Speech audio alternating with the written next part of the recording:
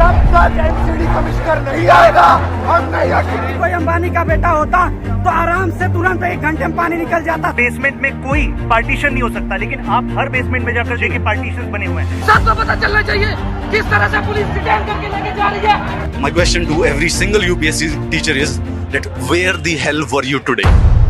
हमारे देश में एक जान की कीमत क्या है? आपकी मौत कभी भी हो सकती है, सोते जागते खेलते। पुणे में 3 करोड़ की गाड़ी आपको कुचल सकती है, जो गाड़ी नशे में धुत एक टीनेजर चला रहा होता है। मुंबई में एक मेगा होर्डिंग गिर सकती है और आप उसके नीचे दब के मर सकते हो, जिस होर्डिंग के सारे permit by the way illegal हैं। राजकोट में आप खेलते खेलते एक गेमिंग जोन में जल के मर सकते हो, जिस गेमिंग जोन के पास प्रॉपर फायर परमिट ही नहीं है।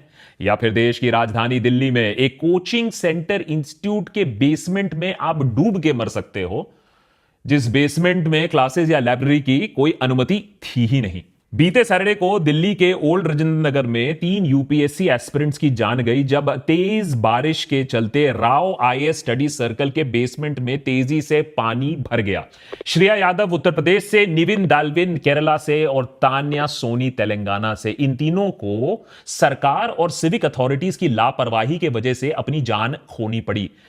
क्या यह सिर्फ एक एक्सीडेंट था या मर्डर ड्यू टू नेग्लिजेंस? आज के देशभक्त एपिसोड में जानने की कोशिश करते हैं, क्योंकि देश भर में इस हादसे को लेकर आक्रोश है। पुलिस अब दिखाने की कोशिश कर रही है कि वो हरकत में आ चुकी है और जो भी गिल्टी है उसको पकड़ने की कोशिश कर रही है। उधर आम आदमी पार्टी और बीजेपी अपना अलग ही रोना धोना अपना पॉलिटिक्स शुरू कर चुकी है। कई ग्रुप्स इस पूरे इंसिडेंट को पॉलिटिकल रंग देने की कोशिश कर रहे हैं। लेकिन शुरुआत में ही बोल दूं मैं आपको कि फैक्ट तो यही है कि आम आदमी पार्टी कंट्रोल्ड एमसीडी ने ना तो रोड साइड ड्रेन साफ किए थे, ना ही मॉनसून से पहले राव आईएएस के बेसमेंट में चल रहे इलीगल कमर्शियल एक्टिविटी को रोका था, ना ही स्टॉर्म वाटर ड्रेन्स की सफाई करवाई थी, उन्हें डीसिल्ट करवाया था, जो ऐसे बारिश में पानी हैंडल कर सकते हैं। नतीजा यह हुआ कि पानी बेसमेंट की तरफ तेजी से गया और जाने गई। उधर आम आदमी पार्टी का यह कहना है कि उनके पास तो पावर ही नहीं है, ऑफिसर्स उनकी बात सुनते ही नहीं है। उन्होंने ड्रेन्स क्लियर करने के आदेश दिए, लेकिन आदेश नजरअंदाज कर दिए गए। कोई चेन ऑफ अकाउंटेबिलिटी नहीं है। दिल्ली में चीफ मिनिस्टर और एलजी के बीच में जो पावर टसल चल रहा है, उसके चलते कोई अफसर उनकी बात सुनता ही नहीं है। और Andrasu ji, this is not first time.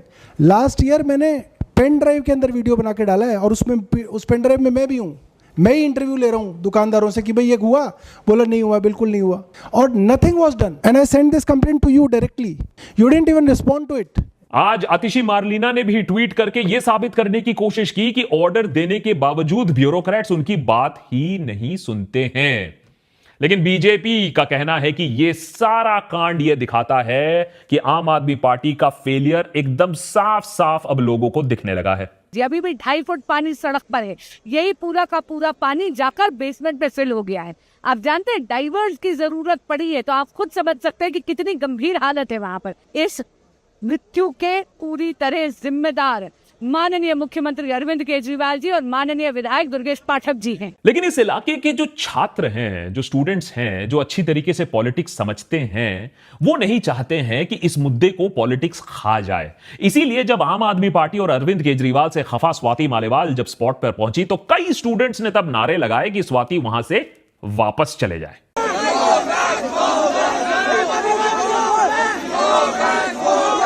Political party से ज्यादा स्टूडेंट्स खासा नाराज हैं एमसीडी से, और उनका गुस्सा काफी जायज भी है, क्योंकि रूल्स तो कई टाइम से तोड़ा जा रहा था और एमसीडी सो रही थी शायद।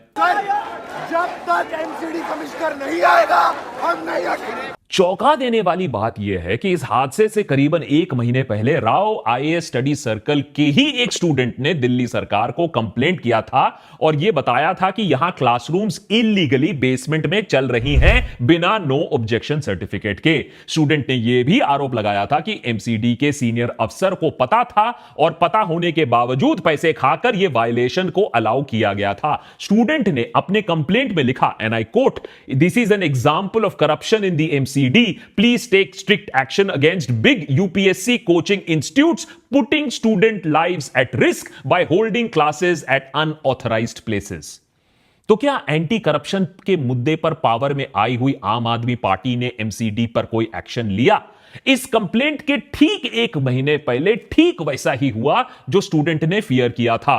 एक लाइब्रेरी जो बेसमेंट में जो इलीगल था, एक बायोमेट्रिक सिस्टम जो एन मौके पर नहीं चला, एक ड्रेनेज सिस्टम जिसको साफ नहीं किया गया था, एक आयरन गेट जो बांध का काम करने की कोशिश कर रहा था लेकिन उस दिन वो फेल कर गया। इस एरिया में पता नहीं ड्रेन्स की सफाई कब हुई थी, फ्लडिंग काफी नॉर्मल ही है।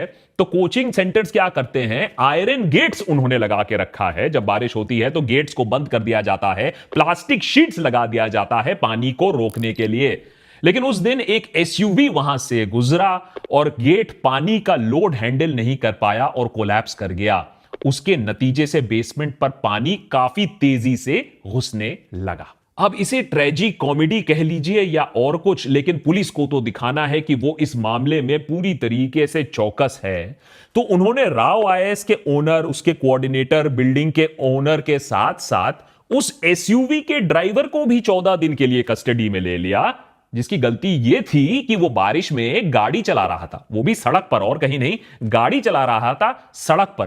पुलिस ने ड्राइवर की बेल को भी कंटेस्ट करते हुए कोर्ट में कहा कि यह बंदा मस्तीखोर है, सारी फसाद की जड़ यही है। नाले साफ हुए नहीं, स्टॉर्म वाटर ड्रेन्स की डीसिल्टिंग हुई नहीं, इंक्रोचमेंट्स हटे नहीं, बेसमेंट में धंधा रुका नहीं, लेकिन पुलिस ने एक एसयूवी ड्राइवर को पकड़ लिया और उसे कल्प्रिट बता दिया। लेकिन इस एपिसोड को रिकॉर्ड करते वक्त एमसीडी के किसी सीनियर अफसर पर गाज नहीं गिरी, ना किसी सीनियर अफसर को अरेस्ट किया गया। तो शायद हादसे के जो असली जिम्मेदार थे वो अभी तक आराम से घर पर बैठे हैं, चाय पी रहे हैं, और ना ही आम आदमी पार्टी से किसी तरीके की मॉरल रिस्पॉन्सिबिलिटी ली गई है। हां, हुआ इतना है कि भैया देखो बकरे पकड़े गए हैं। एमसीडी के लोकल जूनियर इंजीनियर को टर्मिनेट कर दिया गया है, असिस्टेंट इंजीनियर को सस्पेंड कर दिया गया है। अब सरकार बोलेगी, एमसीडी बोलेगी, देखिए हमने तो कितना ज्यादा फैसला लिया, कितना स्ट्रिक्ट एक्शन लिया। जब स्टूडेंट्स ने ये सारी चीजें देखी, इस बात पर प्रोटेस्ट किया, एमसीडी कमिश्नर से मिलने की डिमांड की, मरे हुए स्टूडेंट्स के लिए एडिक्वेट कॉम्पनसेशन मांगा, करोल बाग में रास्ता रोका, तो पड़ी उनको पुलिस की मार। इन एस्पिरेंट्स ने शायद 2 दिन पहले तक नहीं सोचा होगा कि वो आईएएस आईपीएस के एस्पिरेंट्स नहीं, उन्हें इंडियन पुलिस की खातिरदारी मिलने वाली है। लेकिन पुलिस सिर्फ जामिया जेएनयू के लिए नहीं, अब तो कोई भी आवाज उठा दे, कोई भी सवाल पूछ ले, कोई भी प्रोटेस्ट करने की हिमाकत कर दे, उन्हें पड़ेगा तो पुलिस का डंडा ही। सुना है इस अफरा तफरी में एबीवीपी के भी कुछ लीडर्स को पुलिस ने कूट दिया। लगातार चलते प्रोटेस्ट से एक बात और भी साफ हो रही है कि एस्पिरेंट्स का भी सब्र का बांध अब टूट रहा है। बात सिर्फ एक दिन की, एक शाम की दुर्घटना की नहीं हो रही है, पूरे एक्सप्लॉयटेटिव सिस्टम की हो रही है, कोचिंग माफिया की हो रही है, जो एस्पिरेंट से मोटा पैसा चूस कर उन्हें बद से बदतर हालत में रखते हैं। क्लासेस और लाइब्रेरी ही नहीं, स्टूडेंट्स का कहना है कि ओल्ड राजेंद्र नगर जैसे कोचिंग हब्स में बेसमेंट में इलीगल पेइंग गेस्ट अकोमोडेशंस भी चलाए जा रहे हैं। बारिश आती है तो छात्रों के कमरे में सूरज का पानी आ जाता है, ना इमरजेंसी एग्जिट है, ना वेंटिलेशन है। ऐसे में दुर्घटना जो हुई है वो होनी ही थी, आज नहीं तो कल। और कई बार एमसीडी को कंप्लेंट करने के बावजूद कुछ नहीं बदला है। जो क्लासरूम्स हैं वो बेसमेंट में होती हैं, या तो इनको ऑफिस होता है वहाँ पे, या फिर इनकी लाइब्रेरी होती है, क्लासेस वहाँ चलती है, और क्लास में 500 से 1000 की तादाद में बच्चा बैठता है। पीजी भी बेसमेंट में, एक बच्चे से 20-20, 25-25 हजार रेंट लिया जाता है, आपको सफोकेशन होगा लिटरली। लेकिन इस इंसिडेंट के बाद आईएफएस, आईएएस, आईपीएस बनने वाले छात्रों को भी समझ में आ रहा है कि सिस्टम कितना बहरा बन चुका है कि उनकी आवाज, उनकी गुहार सुनने का किसी के पास सरकार में टाइम नहीं है। यहाँ की इकॉनमी हम लोग चलाते हैं मैम, हमारे लिए तो कुछ पॉलिसीज बननी चाहिए। लोग यहाँ मेंस दे रहा है, प्रीलिम्स क्वालिफाई करके आए, यहाँ हंगामा कर रहा है, कोई अपने शौक से थोड़ी कर रहा है, आप मजबूर करे, कोई पॉलिसीज बना नहीं रहे करो। अभी कुछ दिन पहले जो नीलेश मरा वहाँ पे पटेल नगर में, मैम क्या उसके लिए हुआ? कंपनसेशन दे दिए, बात खत्म हो गया। अपने शौक से रास्ते पर तपती धूप में, बारिश में, ठंड में भाई साहब कोई नहीं आता है। दुख की बात यह है कि खुद स्टूडेंट कम्युनिटी में एक बहुत बड़ा तबका है जो सोचता है कि प्रोटेस्टर्स तो नक्सल, खालिस्तानी, माओइस्ट, पाकिस्तानी होते हैं। लेकिन यह गलतफहमी ठीक हो जाती है जब किसी कारण हेतु उन्हें आवाज उठाना पड़ता है और फिर पुलिस के डंडे पड़ते हैं, पुलिस उनका स्वागत करती है, तब उन्हें समझ में आता है कि देश में डेमोक्रेसी का क्या हाल हो गया है। और यहां तो स्टूडेंट्स कोई बड़ी बिल की वापसी भी उसकी मांग नहीं कर रहे थे। उनकी मांगें कितनी छोटी हैं। वो तो चाहती है कि सरकार, अब चाहे वो सेंट्रल हो, स्टेट हो, एमसीडी हो, जो भी हो, बस सरकार उन्हें इतना दिलासा दे दे कि भैया वो जिम्मेदारी ले रहे हैं। स्टूडेंट्स को आश्वासन दे दे कि भाई इस तरीके की लापरवाही फिर से नहीं होगी, स्टूडेंट्स की इस तरीके से हत्या फिर से नहीं की जाएगी। बस इतना मांग कर रहे हैं वो। We want someone from the government to come here and take the responsibility for the people, for all the students who have lost their lives here. लेकिन ऐसी मॉरल रिस्पॉन्सिबिलिटी लेना आसान नहीं है, खास करके आज के पॉलिटिक्स में मित्रों, क्योंकि बीजेपी आम आदमी पार्टी के पीछे पड़ी हुई है, आम आदमी पार्टी ब्यूरोक्रेट्स के पीछे पड़ी हुई है, ब्यूरोक्रेट्स लेफ्टिनेंट गवर्नर के तरफ देख रहे हैं, बीच में स्टूडेंट्स पिस रहे हैं। और स्टूडेंट्स नाराज सिर्फ सिस्टम से नहीं है, वो उन विराट, बुद्धिजीवी, परम ज्ञानी, इंस्पिरेशनल सर्स से भी है जिन्होंने आईएएस कोचिंग को बॉलीवुड कूल बनाकर रख दिया है पिछले कुछ सालों में। कहीं ना कहीं वो अपनी इंस्पिरेशनल वाणी देते रहते हैं, पॉडकास्ट करते रहते हैं, यूट्यूब पर रहते हैं, लेकिन स्टूडेंट्स अब पूछ रहे हैं कि जब आपदा आई स्टूडेंट्स पर तो वो गायब हो गए, वो उनके साथ खड़े तक ना हो पाए। क्योंकि जब तक इन स्टूडेंट्स के टीचर्स नहीं आएंगे, पुलिस वाले इनको ऐसी डंडा मार के यहाँ से हटा देंगे। My question to every single UPSC teacher is that where the hell were you today? Where the hell were you today? देर रात तक स्टूडेंट्स का गुस्सा ऐसे बड़े बड़े टीचर्स के प्रति भी दिखा, वो भी रस्ते पर। अब वो हो सकता है शायद ये बड़े बड़े कोचिंग के जो ओनर्स हैं, जो बड़े सर्स हैं, वो भी बिजी रहे होंगे, क्योंकि राव आईएएस में मौत के बाद दूसरों की भी पोल अब खुल रही है। सबके सब बेसमेंट में इलीगल क्लासेस चला रहे थे। एमसीडी अब अचानक जगी है, हरकत में आ गई है, 13 कोचिंग सेंटर्स को सील कर दिया है और कैमरा के लिए थोड़ा बुलडोजर एक्शन भी दिखा दिया है, दिल को थोड़ी ठंडक पहुंच जाए लोगों की। ड्रेन्स के ऊपर जो इंक्रोचमेंट्स है कहा जा रहा है, उन्हें भी हटाया जा रहा है। हमारे देश में कुछ जाने जाने के बाद देखिए सिस्टम कैसे एकदम हरकत में आती है, लेकिन जाने जाने से पहले नहीं। और स्टूडेंट्स भी यही कह रहे हैं कि आज जितनी पुलिस, जितनी आरएएफ, जितनी प्रशासन मौजूद है इनको रोकने के लिए, प्रोटेस्ट को रोकने के लिए, उन्हें कंट्रोल करने के लिए, स्टूडेंट्स को शांत करने के लिए, अगर 1/3 भी बारिश से पहले हाजिर हो जाते तो ये मौतें ना होती, ये मर्डर ना होता। इसीलिए स्टूडेंट्स कह रहे हैं ये एक्सीडेंट नहीं है, ये मर्डर ड्यू टू नेग्लिजेंस है, और हम इस बात से सहमत भी हैं। और एमसीडी के हाई लेवल प्रोब से कुछ निकलने वाला है नहीं। समझाता हूं क्यों।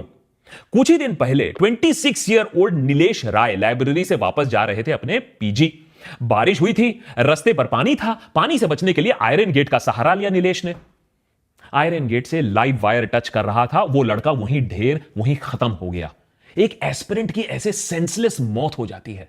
एनएचआरसी ने भी नोटिस लिया, लेकिन क्या एक्शन होगा आपको भी मालूम है, क्या पनिशमेंट होगा आपको भी मालूम है।